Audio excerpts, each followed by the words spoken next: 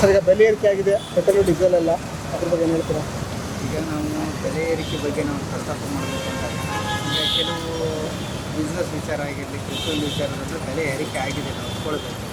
ಈಗ ಎಲ್ಲ ರೀತಿಯಿಂದಲೂ ಬಿಸ್ನೆಸ್ ಲೆಕ್ಕಲ್ಲೂ ಬಿಸ್ನೆಸ್ ಆಗಬೇಕು, ಬೆಲೆ ಏರಿಕೆ ಜಾಸ್ತಿ ಆಗಬಾರ್ದು ಅನ್ನೋ ದೃಷ್ಟಿ ಇರ್ತಲ್ಲ ಅಂದಾಗ ಏನಾಗುತ್ತೆ ಅಂದರೆ ನಮ್ಮದು ಇಂಪ್ರೂವ್ಮೆಂಟ್ ಆಗಲ್ಲ, ಇದೇ ಸೇಮ್ ಆ್ಯಸ್ ಇಟ್ ಇಸ್ ಇರೋದು.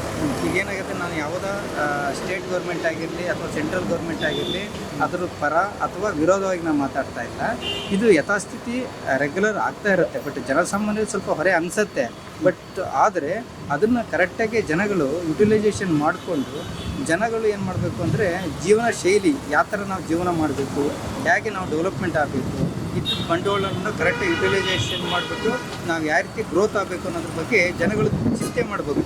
ಈಗ ಬರೀ ಇದು ರೇಟ್ ಜಾಸ್ತಿ ಆಯಿತು, ಆ ರೇಟ್ ಜಾಸ್ತಿ ಆಯಿತು ಅಂತ ನಾವು ಮಾಡಿಕೊಂಡು ಅದೇ ಚಿಂತೆ ಮಾಡೋದು ಕೂತ್ಕೊಂಡ್ರೆ ನಮ್ಮ ಜೀವನ ಶೈಲಿ ನಾವು ಚೇಂಜ್ ಮಾಡ್ಕೊಳ್ಳೋಕ್ಕಾಗಲ್ಲ.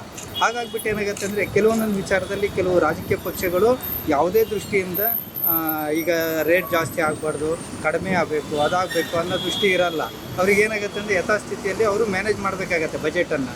ಆ ದೃಷ್ಟಿಯಲ್ಲಿ ಇಟ್ಕೊಂಡು ಏನಾಗುತ್ತೆ ಅಂದರೆ ಸೆಂಟ್ರಲ್ಲು, ಸ್ಟೇಟು ಅವ್ರ ಮೇಲೆ ಇವ್ರ ಮೇಲೆ ಅವರು ಸರ್ಕಾರ ದೂರ್ಕೊಳ್ತಾ ಹೋದರೆ ಏನಾಗುತ್ತೆ ಅಂದರೆ ಪ್ರಾಬ್ಲಮ್ ಆಗೋ ಚಾನ್ಸ್ ಇದೆ. ಅದಕ್ಕಾಗಿ ಏನಾಗುತ್ತೆ ಅಂದರೆ ನಾವು ಬೆಲೆ ಏರಿಕೆ ಬಗ್ಗೆ ತಲೆ ಕೆಡಿಸ್ಕೊಳ್ಳದೆ ಜನಸಾಮಾನ್ಯರುಗಳು ಮುಂದೆ ಬರಬೇಕು.